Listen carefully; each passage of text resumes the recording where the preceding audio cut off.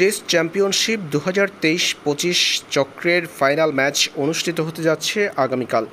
ইংল্যান্ডের বিখ্যাত লর্ডসে মুখোমুখি হচ্ছে অস্ট্রেলিয়া ও সাউথ আফ্রিকা।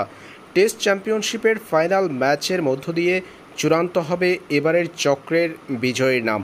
যেহেতু একমাত্র টেস্টের মধ্য দিয়েই চ্যাম্পিয়নের নাম ঘোষণা করা হবে, তাই এই টেস্ট বাতিল কিংবা পরিত্যক্ত অথবা ড্র হলে কে হবে চ্যাম্পিয়ন সে বিষয় নিয়ে স্বাভাবিকভাবেই ভক্তদের মনে প্রশ্ন রয়েছে।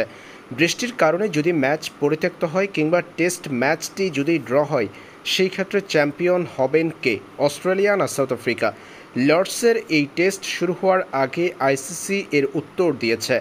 জানা গেছে, বৃষ্টির কারণে ম্যাচ পরিত্যক্ত হলে কিংবা অস্ট্রেলিয়া সাউথ আফ্রিকার ম্যাচটি টাই কিংবা ড্র হলে এই ম্যাচে দুই দলকে যৌথভাবে চ্যাম্পিয়ন ঘোষণা করবে আইসিসি।